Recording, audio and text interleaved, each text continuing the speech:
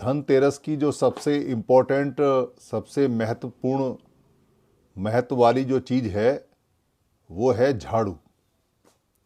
झाड़ू जरूर खरीदनी चाहिए, पर क्यों खरीदनी चाहिए और झाड़ू क्यों लोग खरीदा करते थे, इसकी जानकारी कोई रखने को तैयार नहीं है। क्योंकि अगर जानकारी इस बात की रखेंगे कि झाड़ू क्यों खरीदते थे लोग धनतेरस के दिन, या जो कार्तिक मास है जिसको कार्तिक मास बोलते हैं उसके 13वें दिन, तेरस बोलते हैं, तेरस बोलते हैं, 13वें दिन क्यों खरीदते थे? कणह पक्ष में। कणह पक्ष मतलब जब चंद्रमा धीरे धीरे कम होता है और काला होना शुरू हो जाता है, रात काली होनी शुरू हो जाती है, कणह हो जाती है, कृष्ण हो जाती है, किशन हो जाती है, काली हो जाती है। पक्ष माने पक्ष, यानी वो 15वें दिन। तो उस 13वें दिन झाड़ू खरीदने की परंपरा क्यों बनी, कैसे बनी? जो नाम है धनतेरस या धनतेरस, ये पाली का नाम है। अगर हिंदी में इसको बोलेंगे तो बोलेंगे धन तेरह या धान तेरह, और अगर इसको किसी और भाषा में बोलेंगे, संस्कृत वगैरह में, तो इसको बोलेंगे त्रियोदशी या त्रियोदर्शी।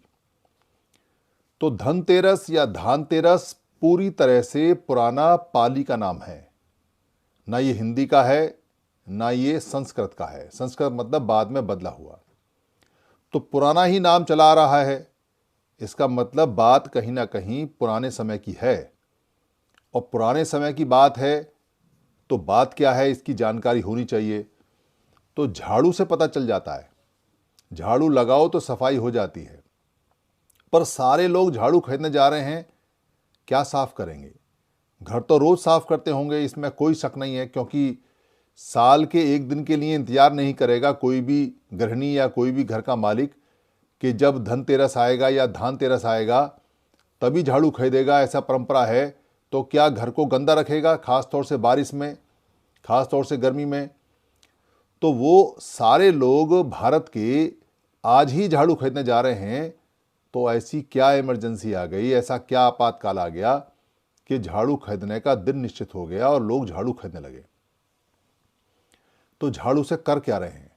आपने देखा होगा कि जब गेहूं की फसल आती है तो गेहूं को जब बुहारते हैं, जब दाएं चलाते हैं बैलों की, तो गेहूं निकलता है भूसे के साथ में, तो उसको ऊपर उड़ाते हैं और फिर उसको झाड़ू से बुहरते हैं, इकट्ठा करते हैं, तब झाड़ू चाहिए। और जब फसल आती है चावल की और चावल निकालते हैं और चावल को उसकी जो पराली होती है उसको पटक पटक कर चावल को बाहर निकालते हैं। जो चावल होता है पूरा का पूरा, जिसको अक्षत चावल बोलते हैं, अक्षत टुंडक, क्योंकि चावल शब्द हमारा नहीं है, बाहर से आया हुआ है। अक्षत टुंडक यानी कि जिसको, जिस भात को या जिस चावल को नुकसान नहीं पहुंचा सकते, या जिस दही को, जिस धान को नुकसान नहीं पहुंचा सकते, जो साबुत है, ऐसा अक्षत। तो उसको पटक पटक के निकालते हैं तो बिखर जाता है चारों तरफ। तो उसको इकट्ठा करने के लिए झाड़ू चाहिए, और झाड़ू नई हो तो अच्छा है, क्योंकि नई झाड़ू मजबूत होती है, बड़ी होती है, इसलिए झाड़ू धनतेरस पे खरीदने का है। तो लोग बर्तन और भांडे यानी भंड खरीदते हैं। तो भंड का क्या करेंगे? पहले पुराने समय में जो भंड होता था वो मिट्टी के भंड होते थे, बड़े बड़े बर्तन मिट्टी के। तो क्या करेंगे? सारे लोग एक ही दिन भंड खरीद रहे हैं, तो क्या घर में बर्तन नहीं है? क्या घर के बर्तन सारे गायब हो गए? क्या सारे लोगों को एक इमरजेंसी आ गई? पर चावल आ रहा है खेत से, तो बड़े बड़े भंड चाहिए, बड़े बड़े बर्तन चाहिए, बड़े बड़े मटके चाहिए, उसमें चावल को रखना है, यानी उसमें धान को रखना है। तो भंड खरीदे जाते थे। तो नियम बना कि भाई बर्तन खरीदें, और सारे बर्तन मिट्टी के हुआ करते थे उस समय तक, बड़े बड़े। उस समय तक धातु नहीं थी, और थी भी तो बहुत महंगी थी। तो लोग बड़े बड़े मटके खरीदा करते थे।